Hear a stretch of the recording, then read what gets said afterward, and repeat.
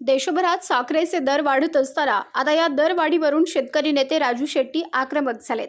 साखरेची टंचाई नसताना दर अचानक का वाढले आणि या वाढलेल्या दराचा फायदा नेमका कोणाला होत आहे असा सवाल उपस्थित करत राजू शेट्टी यांनी थेट पंतप्रधान नरेंद्र मोदी यांना पत्र लिहिलंय। राजू शेट्टी यांनी देशात साखरेच्या साठ्याबाबत मोठा घोटाळा झाल्याचा आरोप केलाय।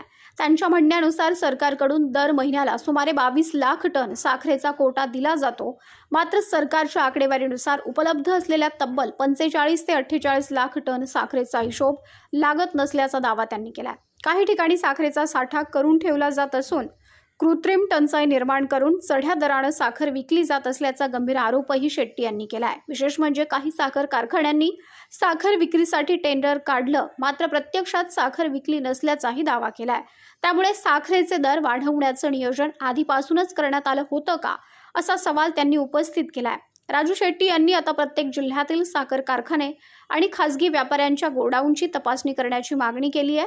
कागदावर किती साखरेचा साठा दाखवण्यात आला आहे आणि प्रत्यक्ष गोडाऊनमध्ये किती साखर आहे याची तपासणी जिल्हाधिकाऱ्यांनी करावी। रेकॉर्डवर नसलेली साखर आढळल्यास ती जप्त करावी अशी मागणी केली आहे। दरम्यान केंद्र सरकारने 10 लाख टन साखर आयात करण्याचा निर्णय घेतलाय, मात्र ही आयात केलेली साखर ऑक्टोबरमध्ये भारतात येण्याची शक्यता आहे। त्याच काळात नवीन गाळप हंगाम सुरू होणार असल्यानं साखरेचे दर पुन्हा खाली येण्याची शक्यता आहे। त्यामुळे सध्याच्या दरवाढीचा फायदा शेतकऱ्यांना मिळण्याऐवजी त्यांना नुकसान होऊ शकतं अशी चिंता शेट्टी यांनी व्यक्त केली आहे। यासोबतच साखर चोरट्या मार्गाने परदेशात गेली का असा गंभीर सवालही राजू शेट्टी यांनी उपस्थित केलाय।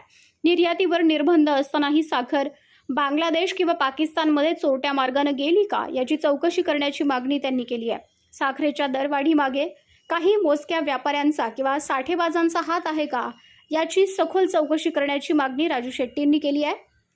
त्याचवेळी त्यांनी इथेनॉल आणि साखरेच्या दरवाढीचा थेट संबंध नसल्याचंही म्हटलंय।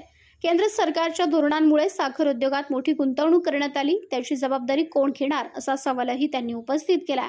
आता राजू शेट्टींच्या या आरोपांवर केंद्र सरकार काय उत्तर देतं आणि गोडाऊन तपासणीबाबत कोणती कारवाई केली जाते याकडे सर्वांचं लक्ष लागलंय।